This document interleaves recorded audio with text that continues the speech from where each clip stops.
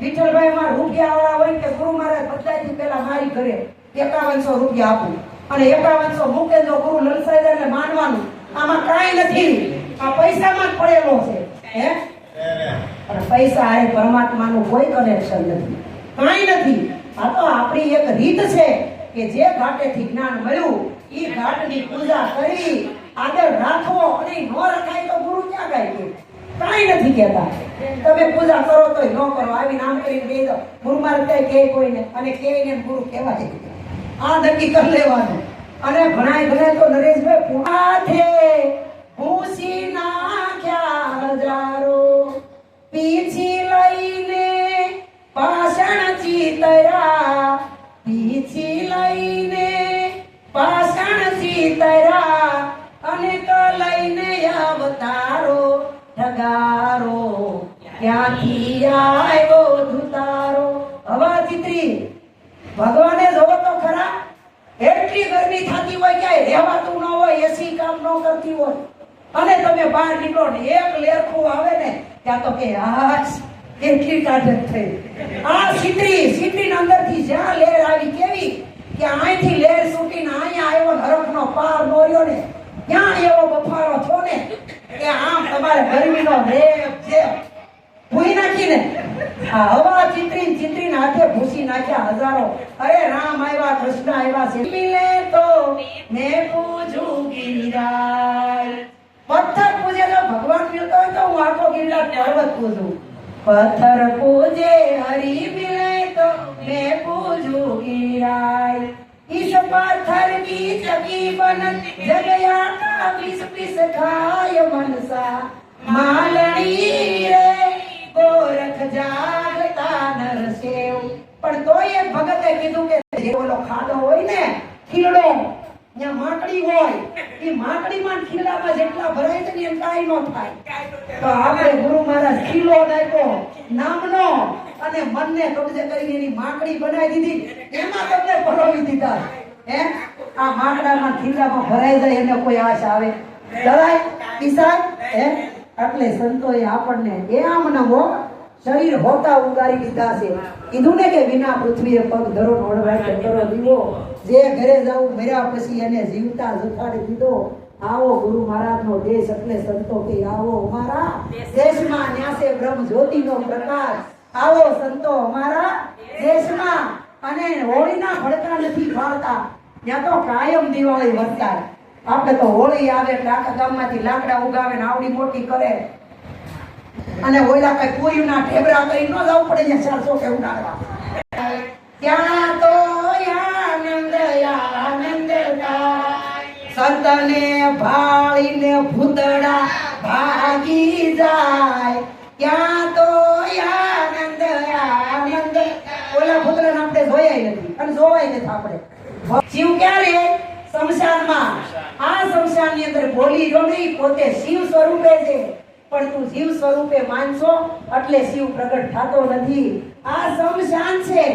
સમ એટલે ગુરુના શરણે ગયા પછી જગતમાં સમાનતા આવી જવી જોઈએ, અને શાન સદગુરુની શાન મળી જાય ને તો સમાનતા આવી જાય. આ શમશાનની અંદર ગુરુ મહારાજ શાન કરી દે, ભોળોનાથ પ્રગટ કરી દે. પછી કે ફેરી લે નામની મનવા, ફેરી લે નામની માળા, આહોજી મૂકી દે જગના તાળાઓ મનવા, ફેરી લે નામની માળા, આહોજી. આપણે હજી શેમશાળા કરવામાં છૂટા જ પડે, બીજું કાંઈ નડતું નથી. પણ જો આપણે કર્મનો સિદ્ધાંત સદગુરુના શરણે જઈને સમજી જાય, કર્મ અકર્મ વિકર્મ અને સત્કર્મ, આ જે 4 કર્મની ખબર પડી જાય ને તો પાપ જેને કરવું નથી એટલે પુણ્યની શું જરૂર પડે હે? પણ સંતોએ મને તમને પાપની પુણ્યની બેડીમાંથી છૂટા કરી દીધા.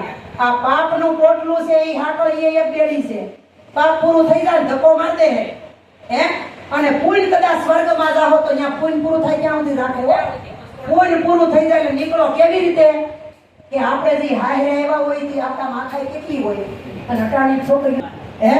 એટલે સંતો કહે છે મૂર્ખ્યા, દાઢડી થઈ છે ધોળી, હૃદયમાં જોને કાંઈ ખોળી. અરે આ વાર્તા વાર્તા વાયરોનો રેતો લાવતો માનતું ખોળી. અને વેચવા ટાણે વેચું ને પછી પીઠ પડી ગઈ બોળી. માર્કેટમાં જઈ હીરા વેચવા જવા હોય એ પટેલ કે હમણાં ખમો ને મિની બજારમાં ભાવ ચડશે અને જે પછી ભાવ ડાઉન થાય તે કેરી સોકણે કાંઈ આવે નહીં એનું પછી પસ્તાય પણ કરે હું હે એમ આ દાઢડી થોડી થઈ જાય અને આ પીઠ મોળી પડી જાય. અમારે જીયાબાન ભજનમાં જવું તો ક્યાં જઈએ ભાગી જાઓ પણ આ ક્યારે ખબર પડે. આ ચોથી કડીમાં લખ્યું કે અંધારું જાય નહીં ઉલેચ તારે ભલે આવા કોટી યુગ જાય જો રાહ જોવાનો યુગ રહે હારે જ્યારે દિલમાં દીવો થાય રે આજે તો મેં મને ઓળખ્યો. અંધારું જાય આ ઘરમાં આવ્યા હોય પાવર વયો ગયો હોય અને ઘનઘોર અંધારું હોય આપણા જ ઘરમાં આપણે ભટકાઈ નાની એવી છે ને આને સુરભી બંગલો કહેવાય ને. જ્યારે સદગુરુ મહારાજ ઓચિંતાના પ્રગટ થાય ને એટલે કીધું કે વીજળીના ચમકારે મોતીડા પરોવીયો પાન પાય નકર અનક અંધારા થાય. આ જોતરે જોતામાં દિવસો વયા ગયા એને 21,600 થાય. આ પાનબાઈ કઈ ગુરદા સતી યુનિવર્સિટીમાં ભણવા ગઈ છે ભણી લીધા નહીં. આ અંધારું જાય નહીં ઉલેસતા ભલે ખોટી યુગ જાય પણ રાહ જોવાનો ઉભો રહે જ્યારે દિલમાં દીવો થાય. તમે ઘરમાં આવીને સાપ પાડો તો ઘડી ટમટમ્યું થાય ઘડી ગલોપ થાય ઘડી લાઈટ થાય પછી ફોર થાય હોય કોઈ નહીં તરત થવું જોઈએ અને નો થાય ને તો કા બત્તી વાળાને બરકાય અને કા ફિટિંગમાં કાંઈ ખોટું હે એમ આપણે વિચાર કરવાનો છે. આપણને કોઈ બહારના સદગુરુ એમ કે આટલા નામનો મંત્ર જમો પછી વચનામૃતની અંદર ભગવાને લખ્યું હું લખ્યું કે સંસારમાં સરસોરી મન રાખે મારી માં સંસારમાં રહેવા શકાય રોપાય નહીં ને ઈ મારો દાસ. આ તો સંસાર બંધોય બનમાં ફેરો છે સત્ય છે ત્યાં પ્રકાશ કર્યો છે તો એ પ્રકાશમાં તમારા સ્વરૂપને જોવો કારણ કે તમે આવવા જવા વાળા છો નહીં.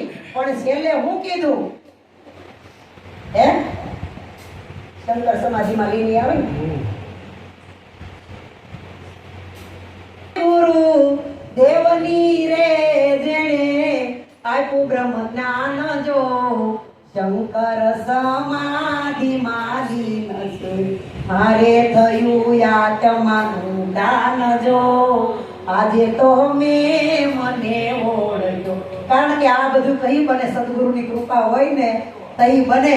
પણ સદગુરુની કૃપા થયા પછી ગુરુ મહારાજ કે મેં તો વાત કરી 8 કલાક પણ તારી કૃપા તારી ઉપર ઉતારાઈ ને તો યાદ રહે નકર યાદ રહે નહીં. આપણી કૃપા આપણી ઉપર ઉતારવાની છે.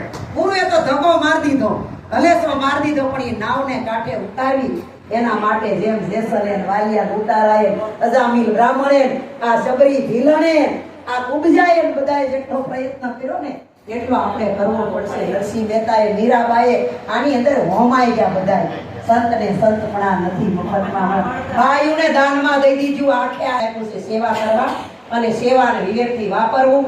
કારણ કે જેની કમાણી છે એ જ વાપરે. તમારા બાળ સેવાય કેવી આપી તમારા માતા પિતા તમારા બાળ બચ્ચા તમારી ઘેરે અભ્યાગત આવે ઈ અને તમારી જ ઘેરે કોઈ સંતો આવે એવું સૂટ આપી. એવું ન કીધું રોડે જઈને કોકને બાળી કરો. આપણી જ આપણને સૂટ આપી અને આપણા માજાને કરવાનો છે. આપણું ખોવાઈ ગયું હતું ઈ જ ગુરુ મહારાજે આપ્યું છે. એટલે વિલાસબેન આમાં તમારું કાંઈ નથી. અશોકભાઈ દુકાન પણ તમારી નથી ધંધો પણ તમારો નથી કાંઈ નથી. બધુંય પરમ કૃપાળુ પરમાત્માનું છે. એની મેર છે.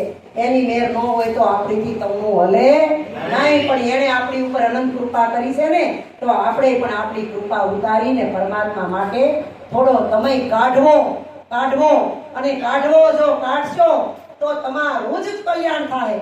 તમને જ એનું ફળ મળશે.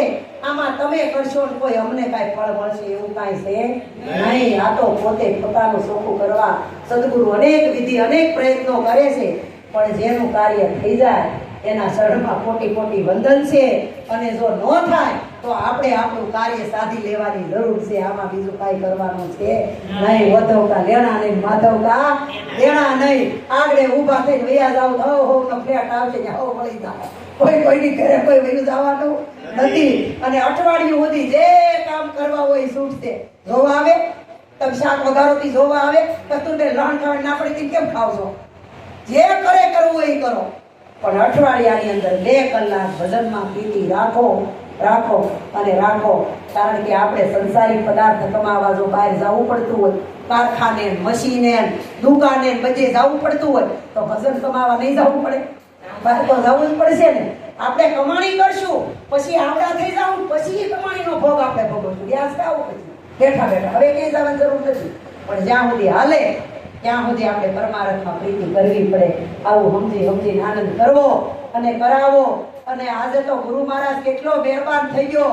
આગળ આવ્યા તો અમે એમ કહેતા હતા કે વરસાદ છે આવશે કે નહીં આવે, 4 તમે 7-10 જણા ભજન તો કરશું.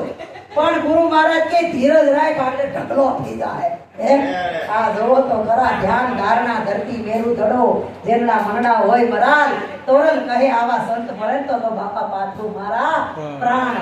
આ સદગુરુ મહારાજે આપણને જ્ઞાન આપ્યું. અંદરથી જો હેલી નો ઉભરાય તો ફટ ઓલા મોરલો ટહુ કરતો હોય, હું કામ એલા એટલું બધું તું જોર કરીને બોલશો? ઈ કે આ વાદળો ચડડે છે ને વીજ ચમકે છે ને એમ તો આગળ તૂટી પડશે. અને આ તૂટી પડવાની તૈયારી ન હોય અને જો હું ન ટહું ને તો મારું પેટ ફાટી જાય, મરી જાય. એમ અમને એમ થાય છે કે આવા જિજ્ઞાસુ ભાળી અને સત્સંગ કરી અને શબ્દ ગ્રહણ ન કરે તો અમારું પેટ ફાટી જાય, અમારામાં ધીરજ ન રહે.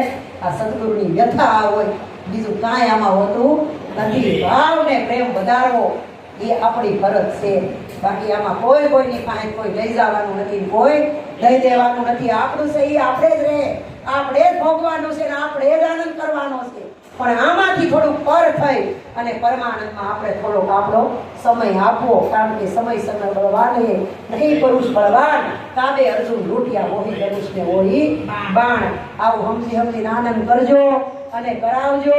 આજે અમને બહુ આનંદ થયો. જઈ વારો આવે તે અશોકભાઈ ભજન રાખજો. અમે ગમે ત્યાં છું તો ચૌડાઈને આવશું ને આવશું. બોલીએ સદગુરુ મહારાજ.